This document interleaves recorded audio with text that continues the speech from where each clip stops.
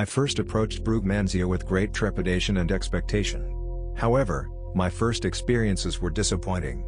Smoked leaves had no effect.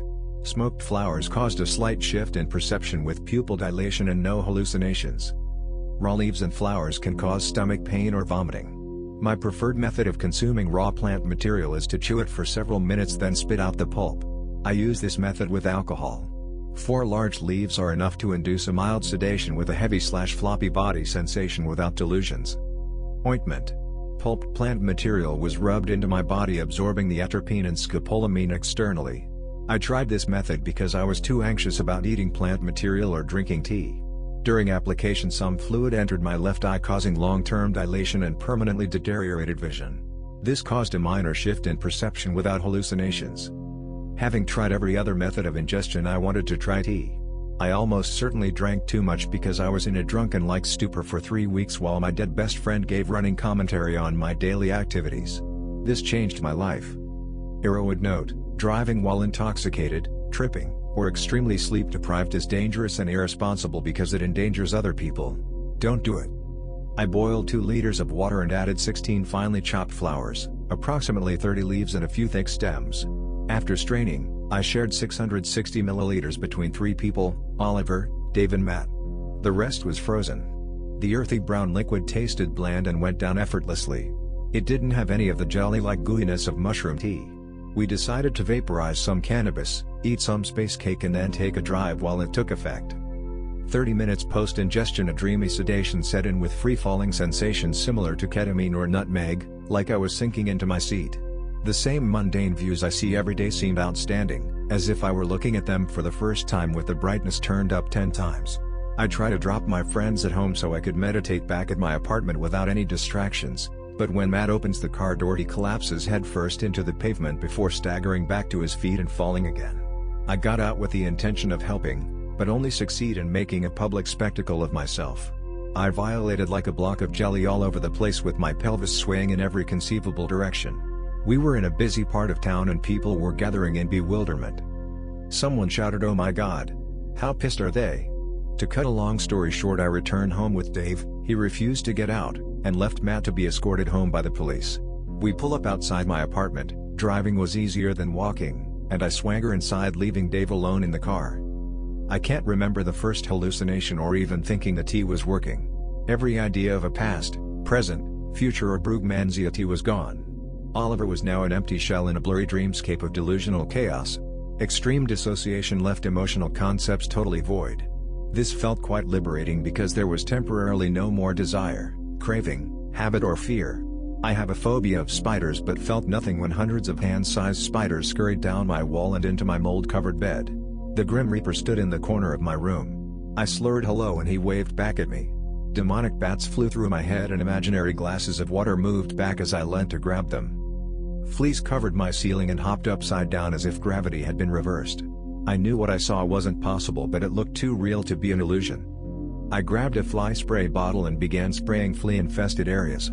The interesting thing was that individual fleas dropped to the floor and died after coming into contact with the spray. I could fully interact with every hallucination. I lay in bed for a while watching white dove swoop back and forth, pecking one another. I'm not sure if they were fighting or playing. They morphed into huge spiders, then again into insects. Then, I noticed a red dog tearing a chicken's head off a few feet in front of me.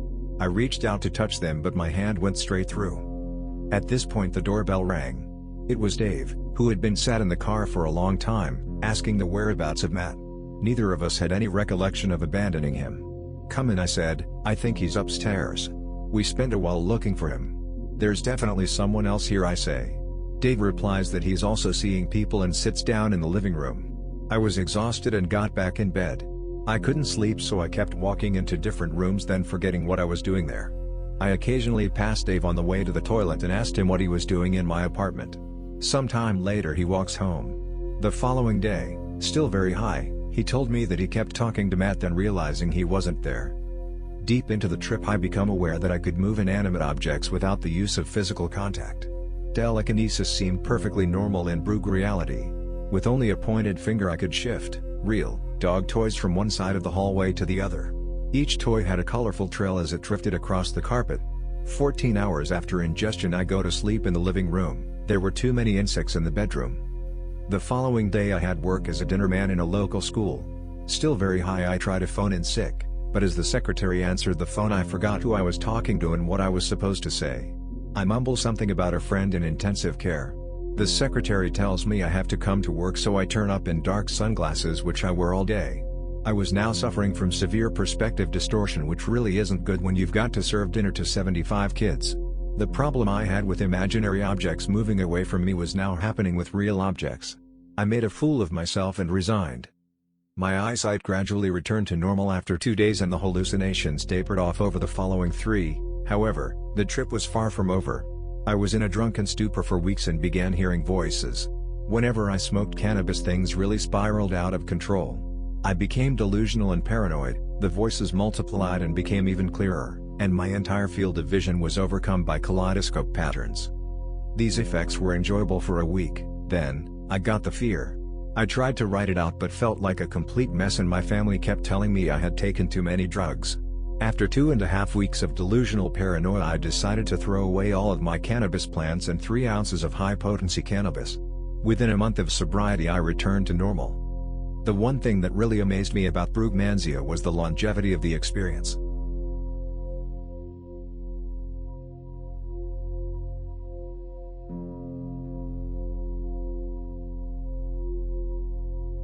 After previous experiences with similar anticholinergic deliriants like Benadryl, Dramamine, and DXM combined with Dramamine, I stupidly dove headfirst into an irresponsible, impulsive, and almost fatal experience with the ancient and long-respected delirium. Brugmansia, Tri Datura. In late 2003 I moved to Fort Lauderdale from NJ, for about a year. When I first moved into the apartment I met someone who knew of several belladonna trees growing around the nearby neighborhoods. Several times when we were bored we used to take long hikes all over the area trying to find this plant, never with any success. It wasn't uncommon if we walked 3 hours or longer during our hikes. After about a month we gave up, assuming that the trees were dug up and no longer around, even though there is a major road in the area called Datura Street. Later on that year I met S and randomly asked upon meeting her if she had seen or knew where there was Datura growing in the area. S grew up in the area and was overall familiar with the neighborhoods. Without skipping a beat, S replied with an exact location of an angel trumpet tree growing in front of a small church.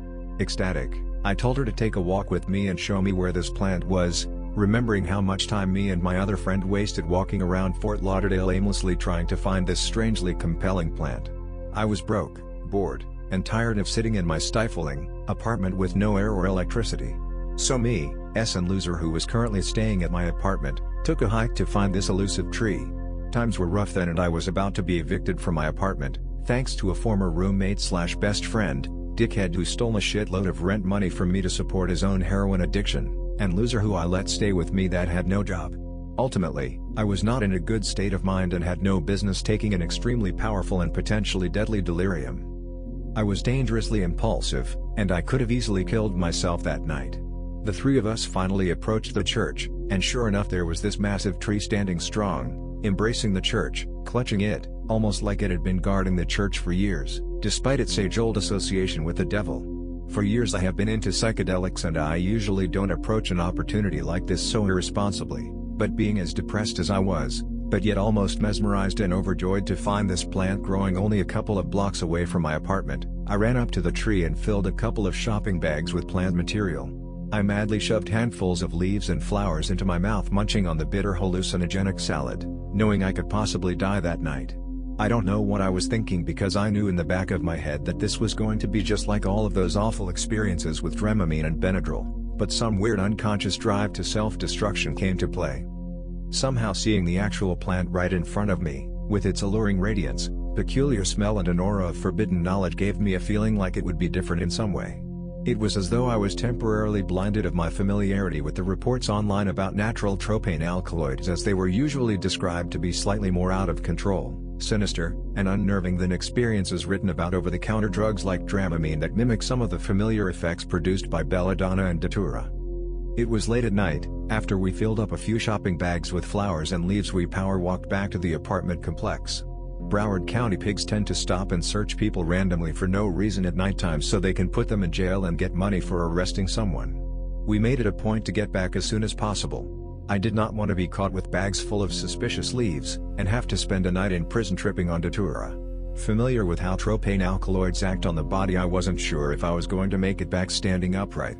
Nothing too amazing happened on the walk home. I don't remember this, but S told me that when we got close to the apartments, Loser pointed at a cactus and yelled, "Look, San Pedro cactus." And as a reflex I reached out and grabbed the cactus, then let go, realizing my hand was full of cactus needles and it wasn't a San Pedro cactus. I know towards the end of the journey back home I started becoming really wobbly and had trouble walking straight. The body high was very similar to being drunk, with no physical discomfort yet. I remember during this period the buzz was actually quite pleasant. After a while the hot, stale, summer night air started feeling like fluid sliding over me as I walked.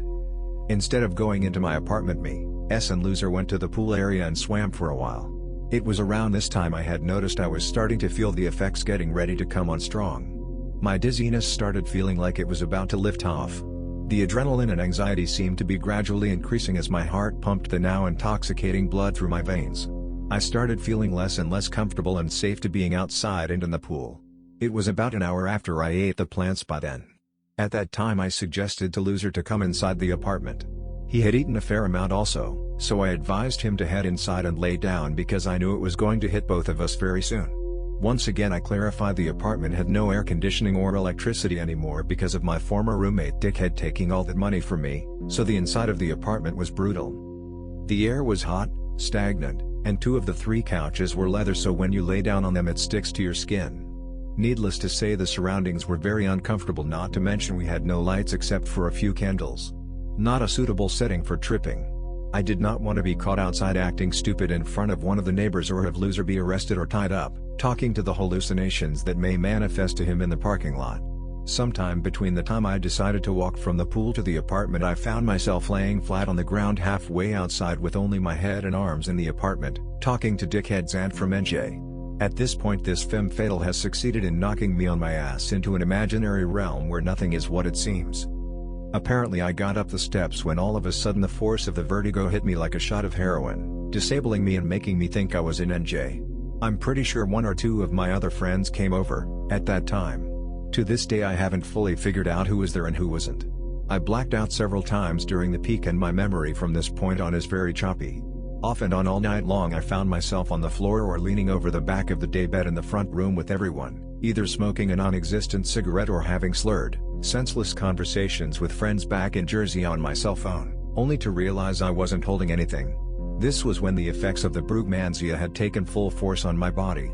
Despite my endless conversations with imaginary people, I had lost control of my tongue, so when I spoke it was like I had overdosed on that anti-anxiety medication Haldol. Although it was nowhere near as bad as a Haldol overdose, it was still almost impossible to communicate with the real world and I felt like I had Down syndrome. At points I had to force myself up against the nauseating gravity that had my body held in a lying position, to take a trip to the bathroom. This was always annoying because I had to pee, what seemed like every other minute. This was very physically challenging for a reality-challenged individual. Every time I had to get up I could feel the weight of gravity try to push me back in place. It was a fight against vertigo and the effects of the plant were kicking my ass.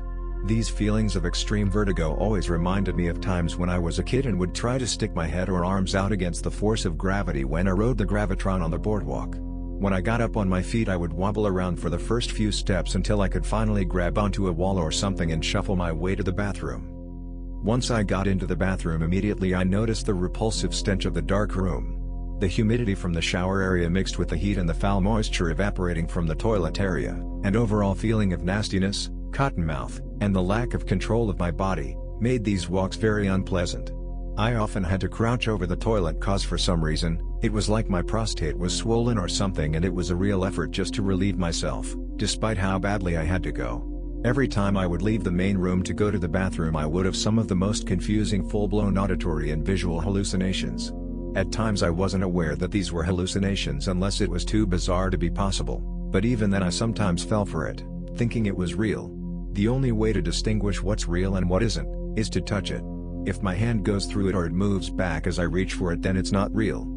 I noticed that sometimes these hallucinations actually cover real things so I can't see them. Like one time, I tried to reach for the doorknob to get out of a room and I would reach for a fake one underneath the real one that would be covered by a dark spot. This started a very annoying cycle of events that took me until the middle of the following day to get out of. One of the times I had to go to the bathroom, I remember I had to relight one of the candles. Immediately after I relit the candle, I slid back down to the floor next to the toilet from the sickening and nauseating force of gravity. While I struggled to relieve myself, wobbling back and forth, kneeling, pants down, next to the toilet, Loser and S came in and started talking to me. This seemed really weird, considering I was half naked and in the process of peeing, but whatever they were saying to me seemed real and coherent enough that I continued talking to them for about 15 minutes. This is a perfect example of a eerily familiar dream logic that often supported my psychotic behavior at the time. As I started to stand upright and pull my pants up, a black cat ran from the hallway into the bathroom, jumped over my feet and into the shower. I remember telling them what I just saw, and both of them started laughing at me and told me I was crazy and just hallucinating. Turns out both of them were hallucinations. After the fake S and Loser left the room, and I remember seeing a shadowy glass of water by the sink. I somehow thought that I might have left it in the bathroom earlier to relieve my cotton mouth. I grabbed the glass of water and was about to drink it, but as soon as the water hit my tongue I realized I had grabbed a plastic bottle of isopropyl alcohol. My mouth was on fire and I put my mouth to the sink and tried to flush the toxic, fiery taste out of my mouth.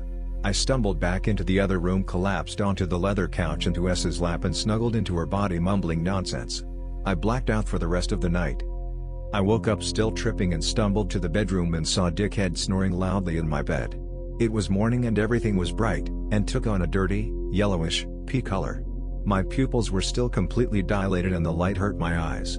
The large 290-pound guy who was sleeping in my bed seemed too real to be a hallucination. I even went and leaned over the bed right by his face to see if he was real. I could feel his breath blowing in my face as he snored very loudly. Something about the way his chest moved in and out as he breathed seemed like it faded into the next position, almost like a movement trail from acid. Almost opaque, with a fluid-like pattern moving over his body, like how the walls had looked the night before made this seem a little suspicious. I walked around the bed to check again. Dickhead no longer stayed at my apartment, and even though we were not really speaking at the time, it wasn't uncommon for him to hang out at my apartment when other people were around, since we shared some of the same group of friends. Something told me it still didn't make any sense that he would be sleeping in my bed. I wasn't even sure that I had remember seeing him there at all that night. I left the room still baffled and confused. I passed out again and blacked out for an hour or so. Loser had left supposedly to go to the library and look for jobs, and S walked out of the bedroom and came into the kitchen to get a drink of water, then passed out in the front room by me on one of the couches. At one point I asked her why Dickhead was sleeping in my bed and what he was even doing in my apartment. S told me he wasn't at the apartment at any time that night and she was sleeping in my bed all night.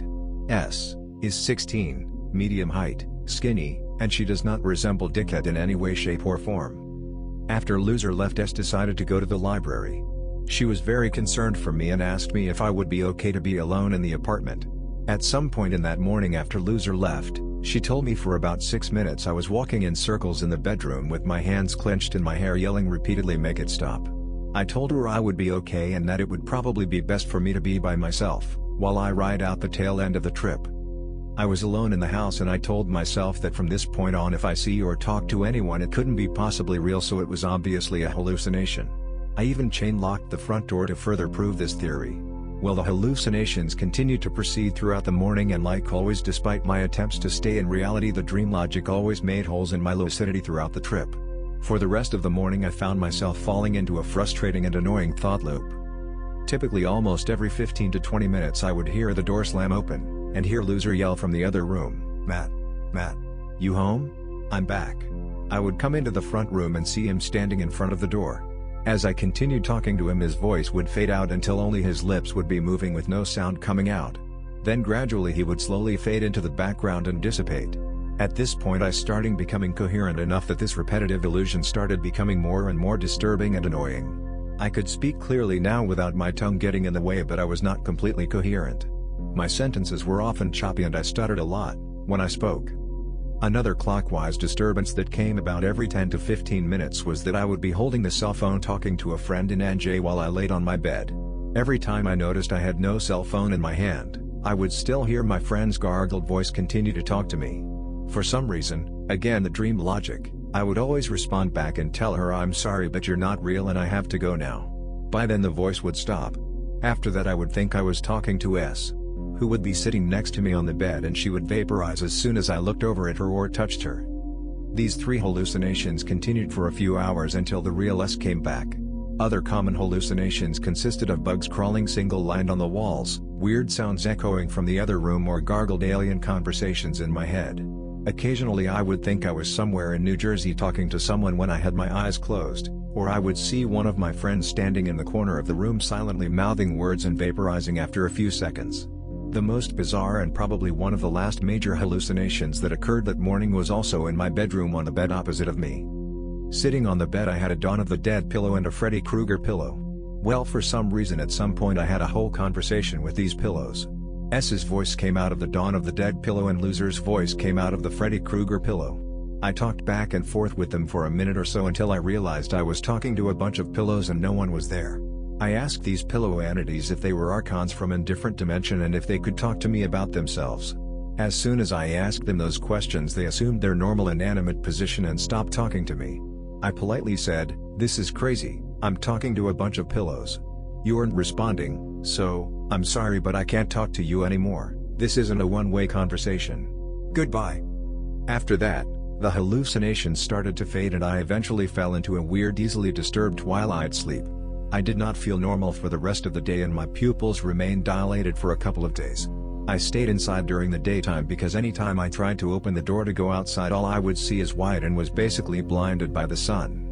Overall, I don't think I will ever repeat this experience. I went back and filled my refrigerator full of leaves and pink trumpets a few days later, and tripped again on a much lower dose. The trip was not anywhere near as visual as the first and much more uncomfortable with almost no hallucinations. The physical effect dominated the trip and the entire time I felt like I was going to die. Personally, I consider an experience with Datura as postgraduate work for psychonauts, as Jim DeCorn once wrote. I do not regret this experience by any means because of the profound and sometimes amazing things this plant has shown me, but I doubt I will ever do it again. Experiencing the effects of this plant is no joke, and as Carlos Castaneda once wrote, to tame the devil's weed into an ally is one of the most difficult tasks I know.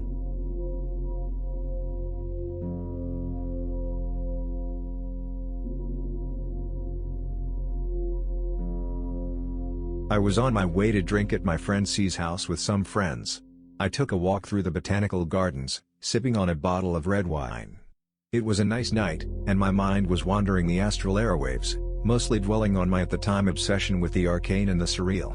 I'm fairly certain that was a major factor in my decision to pick a couple of Blood Red Angels trumpets on my way. I had no plans to indulge at that point, but for whatever reason it seemed like a good idea.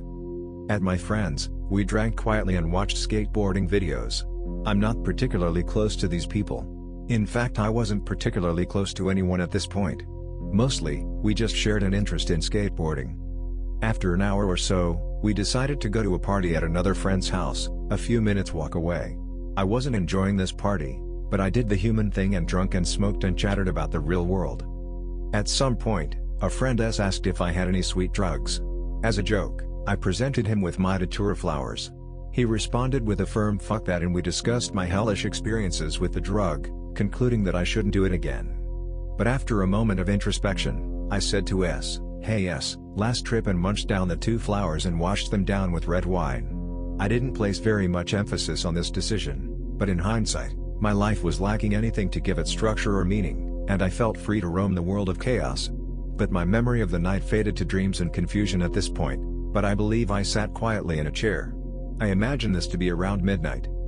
My first coherent memory, quite oblivious to the fact that I had lost my shoes and pants. I was trying to get into a flat I had lived at about a year ago, about half an hour away from the party. I had imagined my key in my hand, but it wasn't working at all.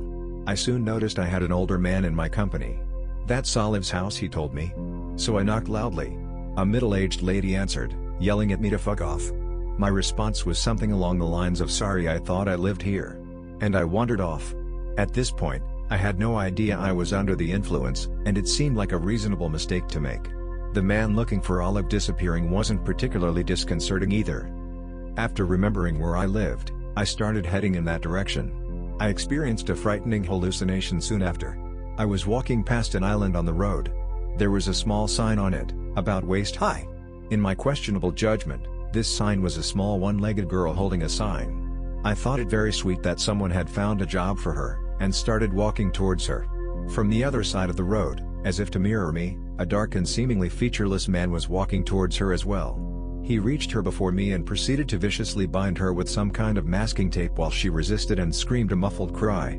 By the time I reached her, the attacker had vanished, and the girl had become a street sign. I was convinced he had turned this girl into a street sign in a most inhumane manner. My next memory is reaching C's house.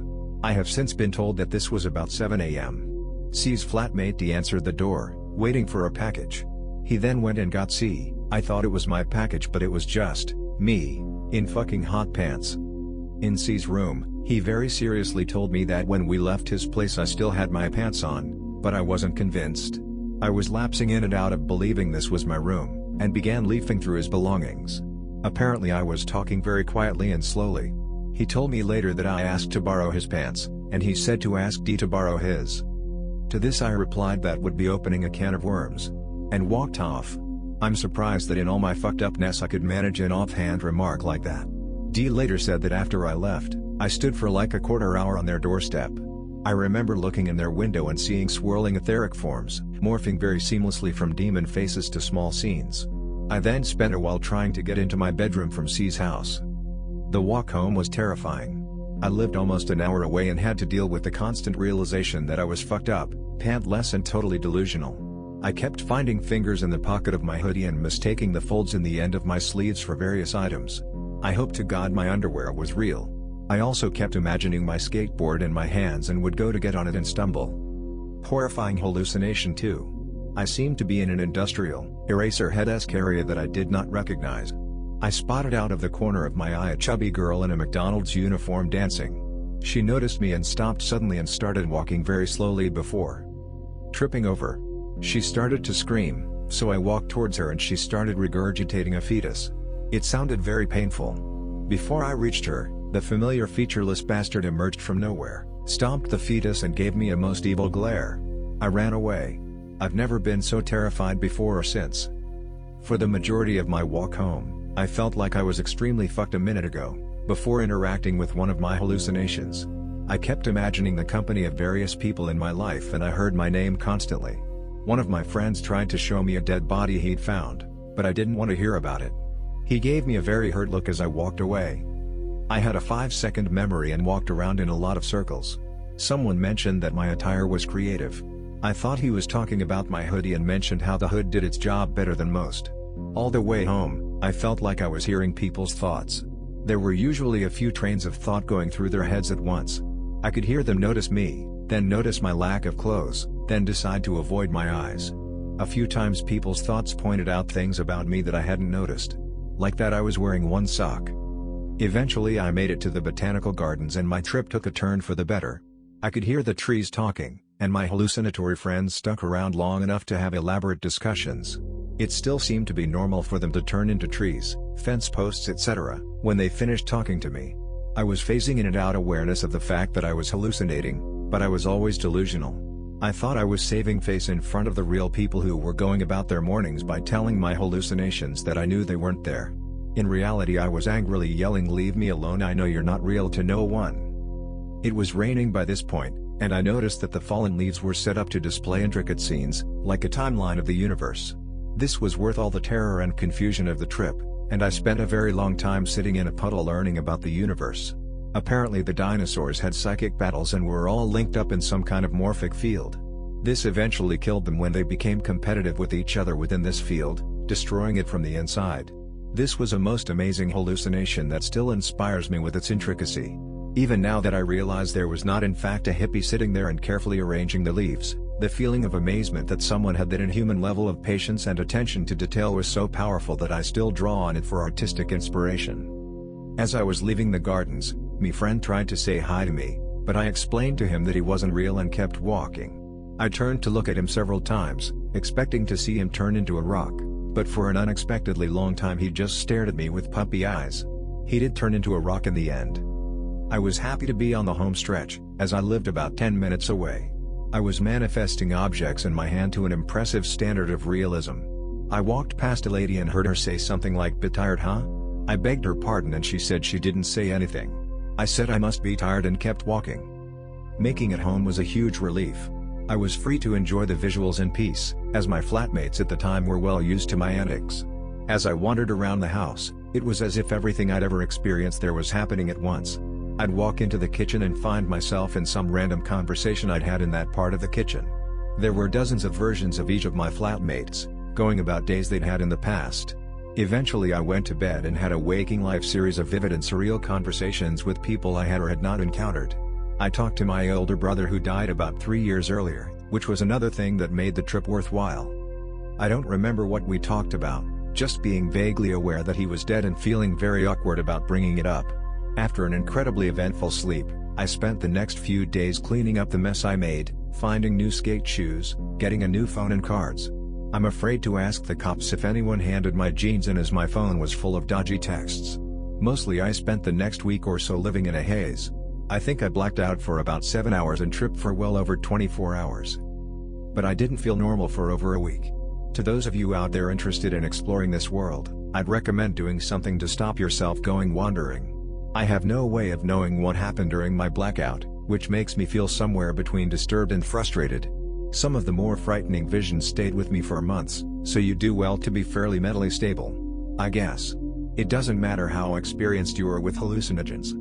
As far as I was concerned, the world was behaving strangely around me. For most of the trip, I had no idea I was fucked up. And the moments of clarity were few and far between.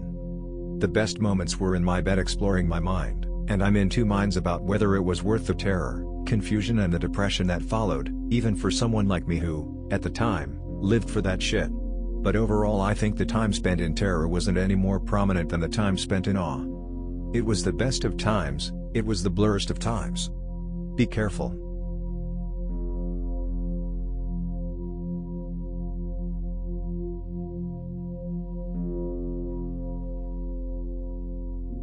Well, after reading reports on Brugmansia and datura and how easily it was to not only obtain but have weird hallucinations, I decided to try it.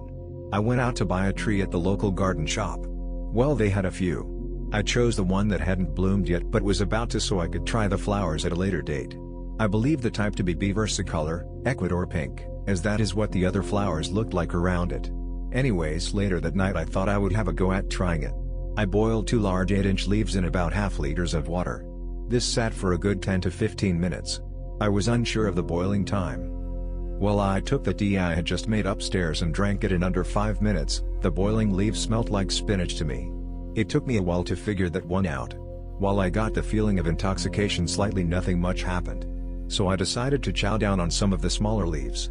By that time I had drank about 2 big ones, tea, and at the end of the night 2 more big leaves, raw, and about 12 small, raw, ones about 2 to 3 inches long. Extremely disappointed that nothing was happening except for a slight drunkenness, dilated pupils, and my mouth was quite dry, hence why I kept taking more. I know that this is where a lot of people get frustrated and take more and have a fucked up trip, but I was willing to risk it. Okay, 1 more tea. I threw about 5 leaves in the mix, I think 2 big and 3 small. Again I drank this down and nothing. I went to lay down hoping something would happen, but I just felt nauseated, which I've read as a sign that I'd taken too much. Well, I was joyed that if I took more than most people maybe I'll get more results. By this time my dry mouth had gone and hadn't returned. I decided to take a nap as I read that once I'd fallen asleep and woken up the effects would really start to hit me. Well, I fell asleep and woke up 2 hours later, nothing had happened. I was really hoping for hallucinations of elves or something weird, as I've never gotten that from a natural drug before. I was so frustrated with the damn plant. Especially after reading that some people need just 1 to 2 leaves and black out from it or have really strong trips. I just said fuck it and went to bed. The next day I woke up, nothing was strange or really different, so I decided I should take some more. I know it's possible to not realize it's strange at the time that one is high, but my sitter didn't notice anything wrong with the way I talked, and I never mentioned anything about talking to people or having people walk into the room. Throughout the day I plucked off small medium-sized leaves and ate them. Not a very pleasant taste. I enjoyed the tea much more as they were quite bitter, and I like my tea without milk or sugar, so the bitterness in the tea form didn't bother me. So I tried different methods of getting the plant inside me. I used the old Aztec method of intoxication. I rolled up about 5 small leaves each package and used one in the morning and another one later.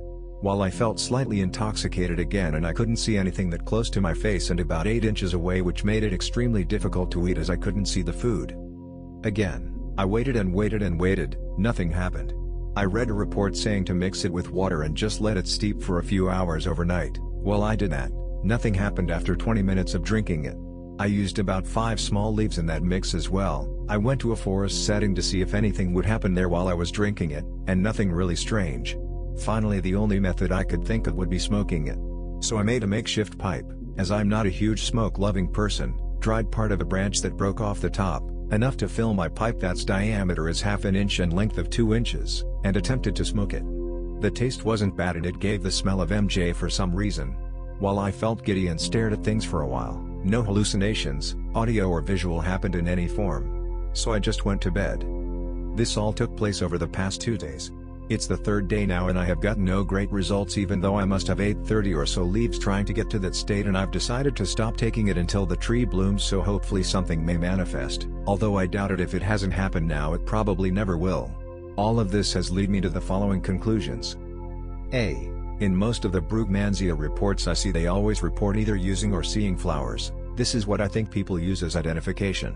Maybe when the plant flowers it gives off stronger chemicals, as I believe many plants do, and focus all of its energy and chemicals into the flowers and later the seeds.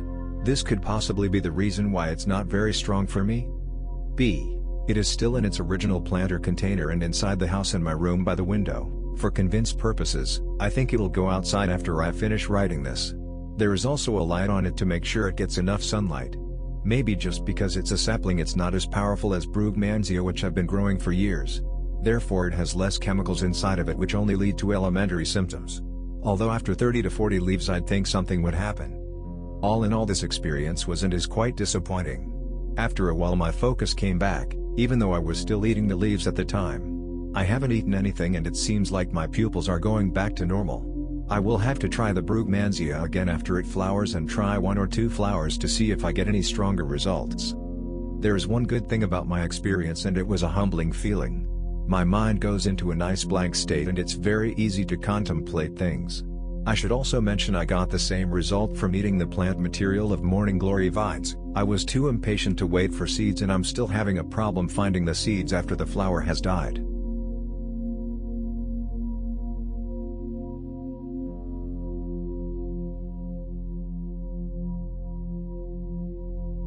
So, until last night, I had never experimented with any drugs other than pot and alcohol.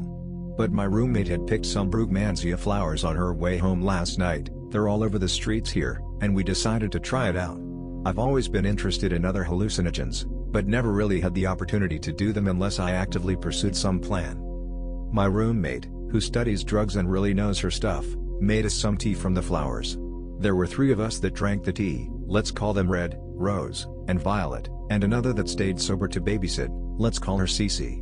We actually did this after a party, when most everybody was gone, so all of us were somewhere between buzzed and drunk on various combinations of beer, Smirnoff, Baileys, vodka, and Kahlua.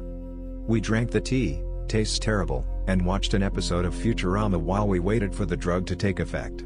By the end of the episode, the only difference was that we were all very tired, which was probably a combination of the Brugmansia, the alcohol, and the 3 a.m. on the clock. When I got up to go to my room, I noticed the first effect, huge loss of coordination. Could not move in a straight line, ran into everything in my path, dropped things, you name it.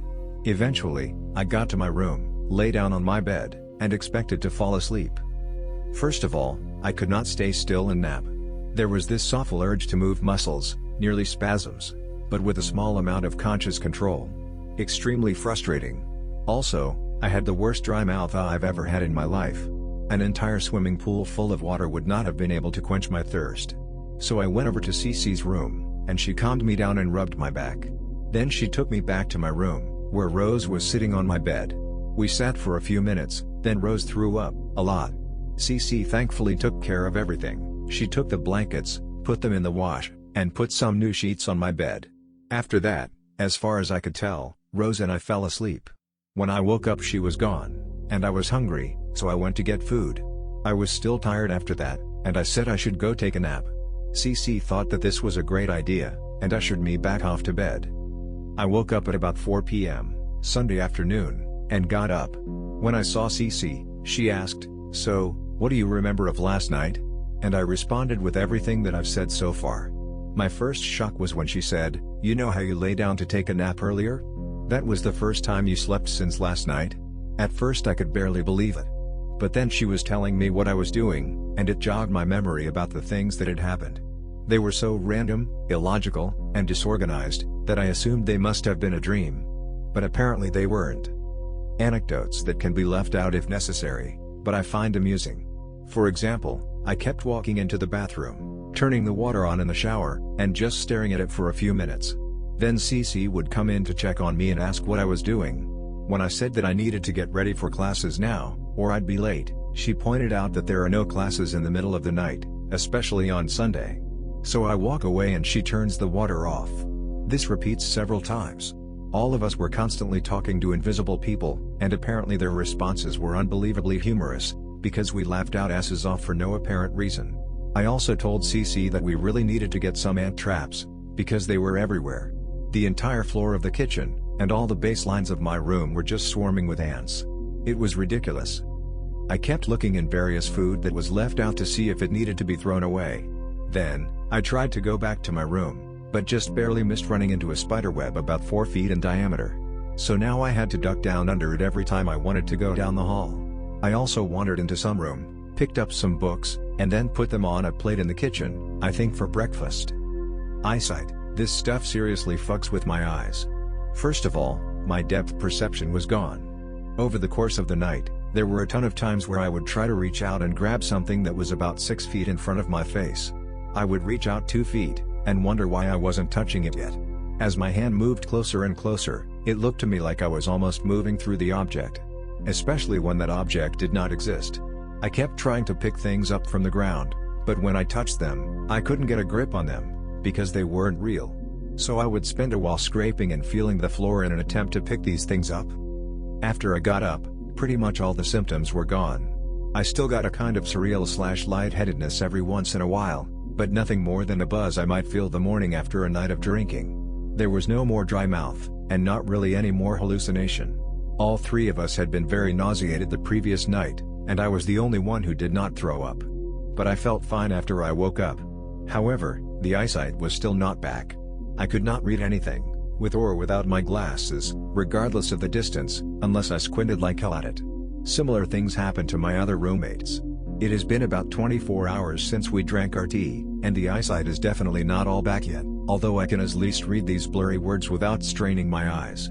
It's more like trying to look at a Magic Eye puzzle than just reading off a page, though. Pros and cons.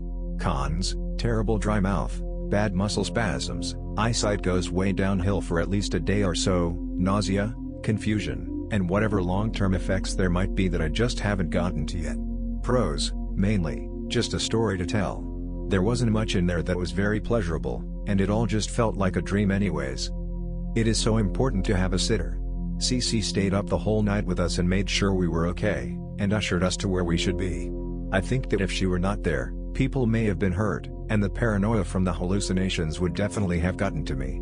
Also, who knows, if she wasn't there, I might have walked outside and tried going to classes, and then who knows what would have happened. The sitter is extremely important. I've never heard anyone say that they really liked Toro or Brugmansia, and neither has anyone I know. Why did I do it? Curiosity. I've never done any hallucinogens before and I wanted to try one out.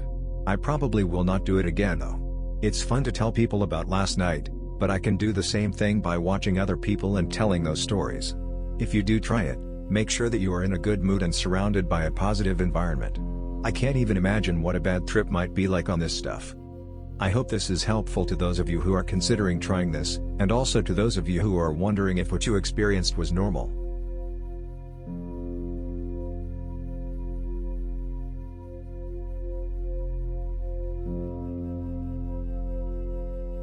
When I was 15 I started getting interested in the effects of psychoactive drugs.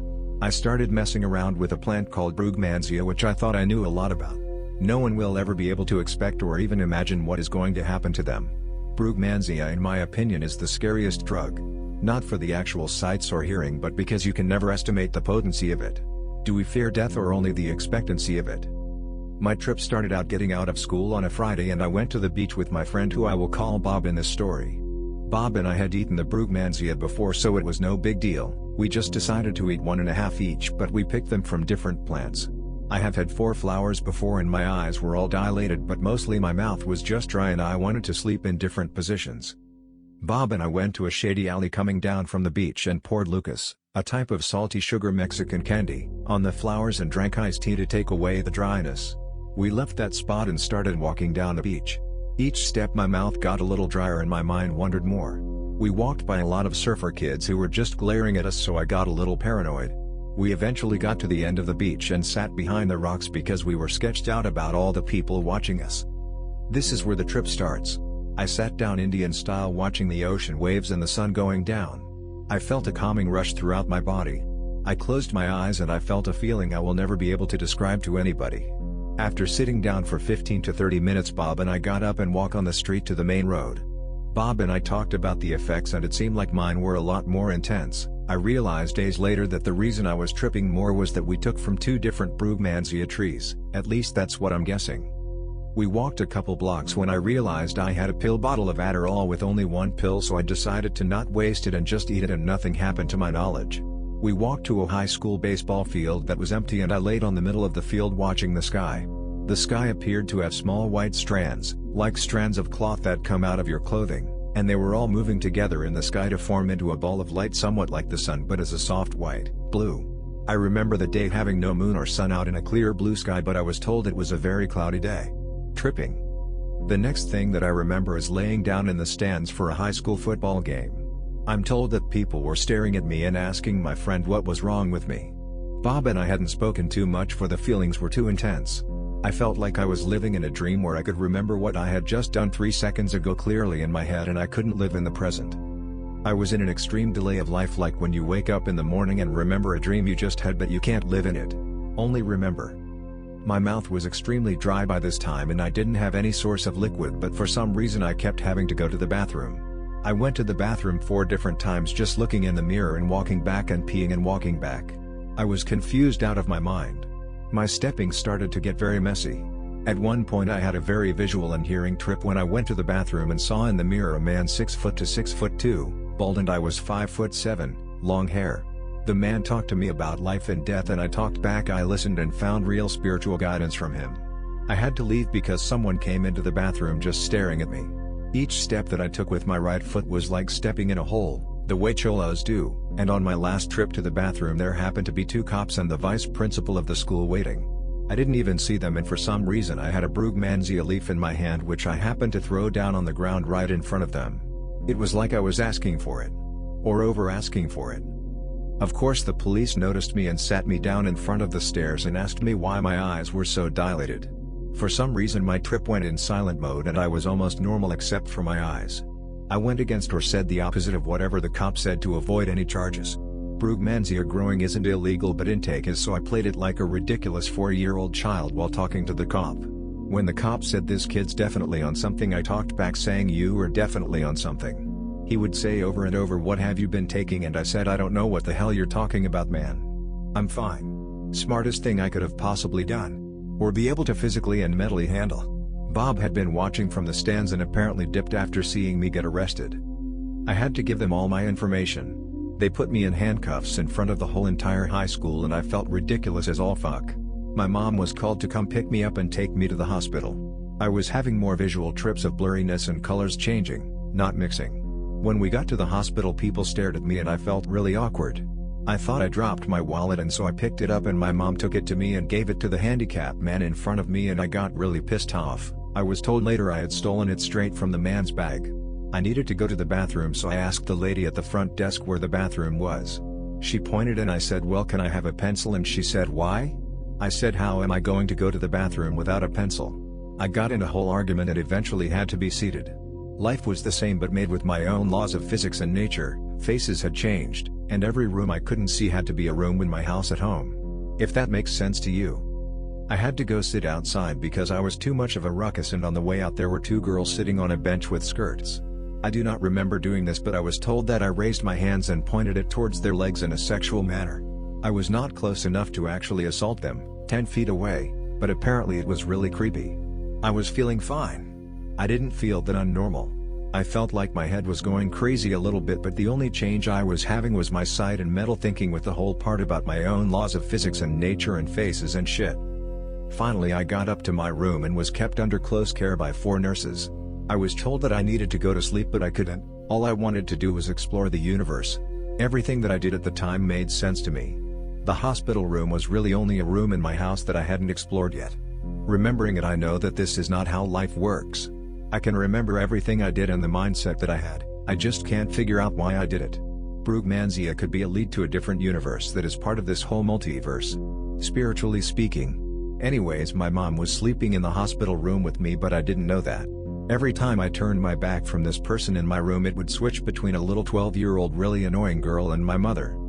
This little girl wanted me to take my shirt off and I took it the wrong way, calling her a pedophile and a freak. I kept saying, I don't even know who the fuck you are. Get out. The real reason I needed my shirt off was for the nurses to put all those suction cups on me to monitor my breathing and everything, because they couldn't keep the little finger thing on me. I kept taking it off.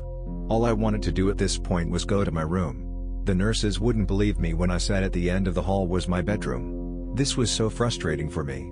I wasn't getting angry or physical because I'm not the kind of person who gets that way, but I was sure as hell about to walk out of the hospital.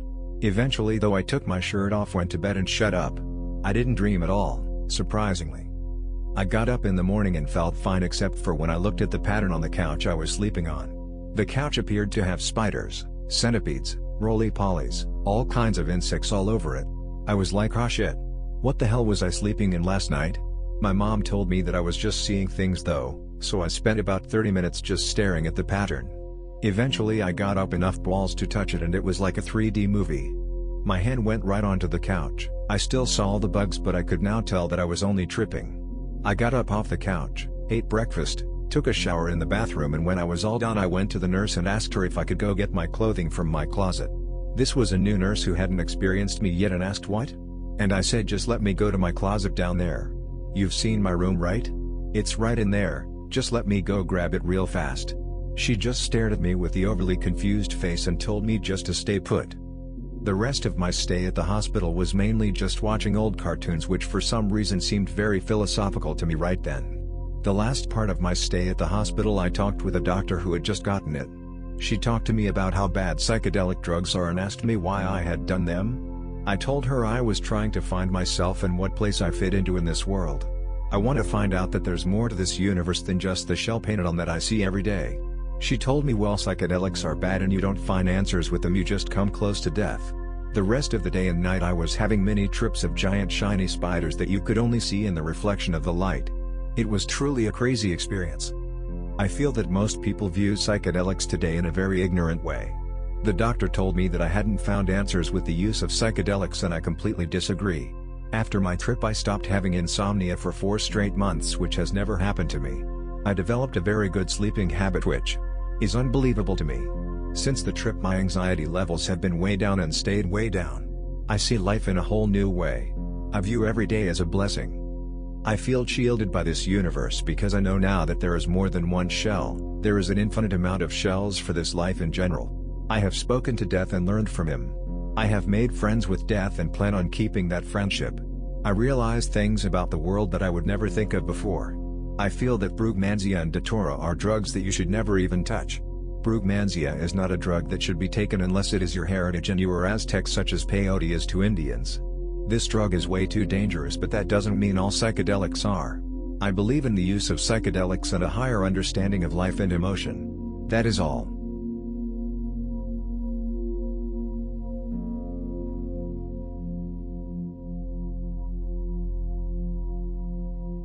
Some words about myself. Well, I'm 19. I study history in a university. I'm an everyday smoker and I like to experiment with other substances, but I never use anything but marijuana and hashish frequently. Everybody knows I'm a smoker, and I don't hide it. I have a lot of friends, I go on dates quite often, and I make extra cash hustling around. I know I have homies who have got my back covered and a good future waiting for me. So I'm a positive person, never depressed, hardly ever do I feel stress. The first contact was in spring, when me and my friend Kay had the opportunity to buy 2 Brugmansia plants, each about 1 meter tall, from a fair held in town for its 800th birthday.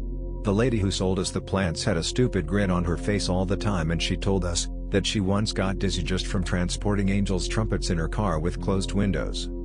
On that night we made some tea from a couple of middle-sized and a handful of smaller leaves. When a teaspoon of sugar was added, it didn't taste bad at all, just odd. We had no effects whatsoever. By the end of summer, one of my other friend had 2 blossoms that had fell off. So he and another friend of his and me tested the plant by eating those 2 blossoms. Again, no effects occurred. A week later, I had to have an emergency consumption of one of my blossoms. It had some kind of a vermin on, and none of the leaves didn't grow any bigger for a week, and that blossom didn't fully open, so I ate it. I had totally forgotten about eating it.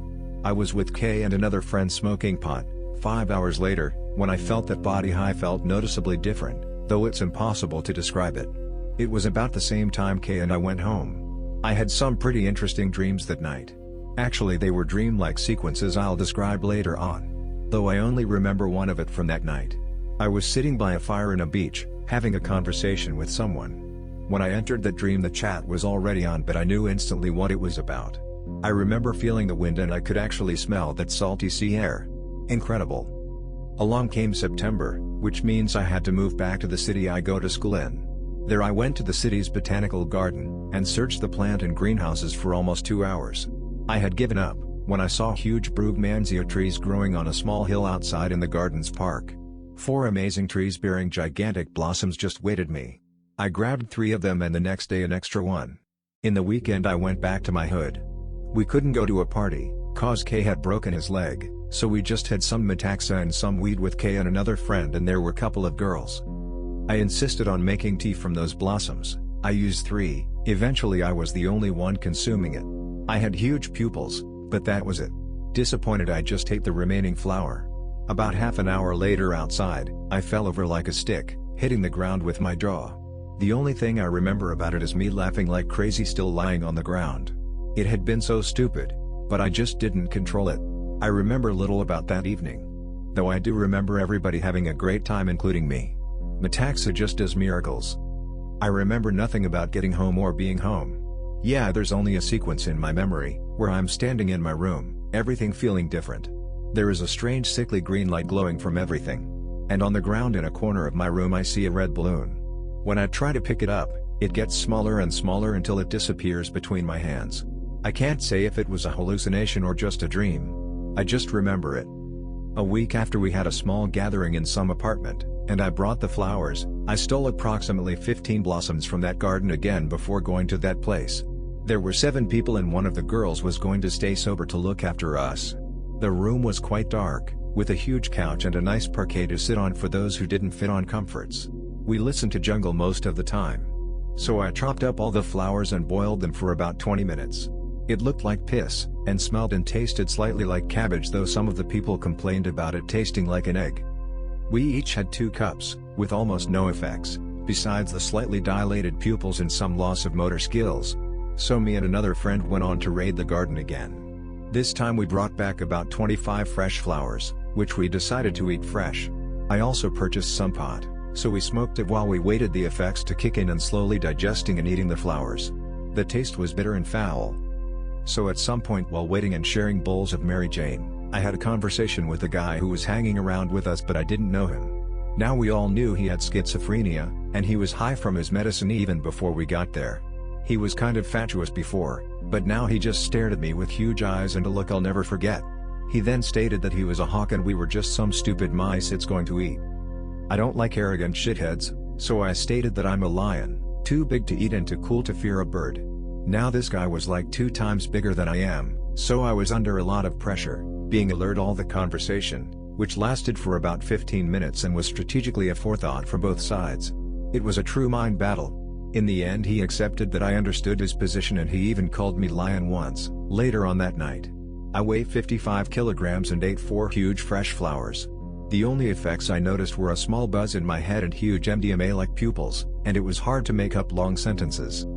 The only persons tripping hard were that crazy hawk and that friend I raced the garden with on the second time called D. They were both glassy-eyed and quietly mumbling when talking. Though he didn't talk much. Lying on the couch he looked very sleepy. I went on the balcony to have a cigarette and rest from both trying and pretending to understand what that hawk dude was trying to say. It was hard to remember the topic and most of the sentences were way too long. When I came back I saw E doing dancing moves with his hands while he lied on his back, eyes closed. The poor fool doesn't even like drum and bass. The sight reminded me of a clip I saw about a person who had taken too much ecstasy. He also described to me how the walls went away but the room remained. It was about 4 hours from ingesting the first fresh flowers and I was getting pretty sleepy myself. I woke up E, who had now been completely sleeping for about half an hour, and we started walking home, totally forgetting about 2 other friends, because they had been sleeping in the other room for about an hour. Feeling only the effects of cannabis, they were bored and sleepy. On the way home, he kept on mumbling while walking next to me. I didn't bother to talk to him, until one point he suddenly stopped, and asked what we were doing with a normal voice like being sober again all of a sudden. I explained that we were walking home from that apartment. He was stunned. He said something like, "But I was in Zavud." "Just right now. Zavud is a pub we like to go." We went along laughing. The next day I felt a bit tired and I couldn't focus my eyes on things close, like my cell phone's display. I was amazed about how he had tripped. He too weighs about 55 kilograms but he only ate 1.5 fresh flowers against my 4, and disappointed about my own trip. So in the weekend while I was back at home I took one bigger thorn-covered apple from my Brugmansia plant, to take it with me to school. I planned to eat the seeds in my dormitory, where it was quite safe and the others could babysit me. I cut the pot open and got all the seeds out and cleaned them from all the flesh. There were 236 tiny golden seeds. They dried very quickly, looking sapless 3 hours later when I thought it was the right moment to start with the experience. D+0. I ate 55 seeds, chewing them carefully and flushing them down with some water. I then chatted with a girl in Messenger, waiting the effects to come on. D+30 minutes. Not more than half an hour later, I noticed that my vision was getting a bit blurred and it was a lot harder to type. I smiled and wanted to describe it to my roommate called Jay who was sitting behind his computer nearby. But when I heard my own voice I quickly shut up. It sounded frighteningly false. I tried to get up, but landed back on my chair. Vain attempt. With another try I managed to stand up and stumbled across the room to get something to drink. My throat was so dry. I had a conversation in our kitchen with another roommate called E, not to be mistaken with my friend E. I managed to somehow control my voice, though some words came out sounding so high, they were more like peeps. And it was incredibly hard to follow anything we were talking about, though I understood most of it, and so did my conversation partner, even though I had to repeat my words very often, cause they sounded like mumbling. Talking was truly frustrating. D+1 hour. I went to have a piss. It was bizarrely hard to do it and I ended up urinating all over the toilet bowl and everywhere around it. I cleaned up, and when washing my hands in front of a mirror I first noticed my pupils were dilated and that my face was very red, but when I looked at my hands they were more like keratin. I did feel hot all over my body. I showed my hands to my roommate, being worried, because their color was almost unearthly. He told me to relax and said that they looked just fine. I believed him, though every time later during that evening when I happened to look at my hands, they were orange in color. D+1 hour and 10 minutes. I felt very sleepy and lay down on my bed. When I closed those peepers, I was almost instantly in a dream world, not really sleeping, cause I knew what was going on and I could open my eyes easily, being in a whole new situation, when closing them again. Unfortunately those dreams were hard to remember some minutes later. D+1 hour 45 minutes. I went to the toilet to urinate again. This time I was smarter and just sat on the closet like a lady. When I looked up, I saw E, my roommate, standing next to the sink, and Jay came out behind the shower curtain. I was happy to see them and we started to talk, while I was sitting on the toilet. It didn't felt strange at all. That situation could have lasted 1 to 5 minutes, then all of a sudden I heard myself mumbling and the second I realized the door had been closed and locked all the time, they were gone. Mere hallucinations. I don't remember that situation as clearly as other events that night, leaving me to think that this dreamy state could be entered with opened eyes.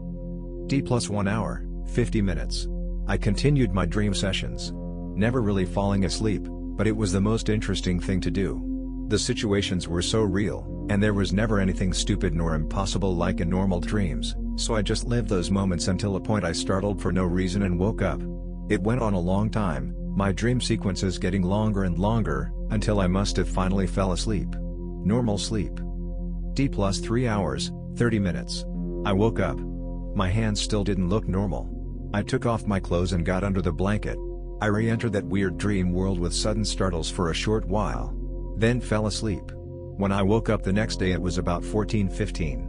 I couldn't focus my eyes on things close and my pupils were pretty big the whole morning. I lost most of my eagerness of eating that deliriant after my seeds experience. No, it wasn't a bad trip. But I felt that my mission was completed. I had seen it, I had felt it. No need to look any closer for it is a venom. I gave the rest of the seeds to a friend, who ate half of them and talked about similar effects, inability to talk, loss of motor skills etc., and he started to meditate on the floor of a cafe for some bizarre reasons. He drank liquor too that night and remembers very little.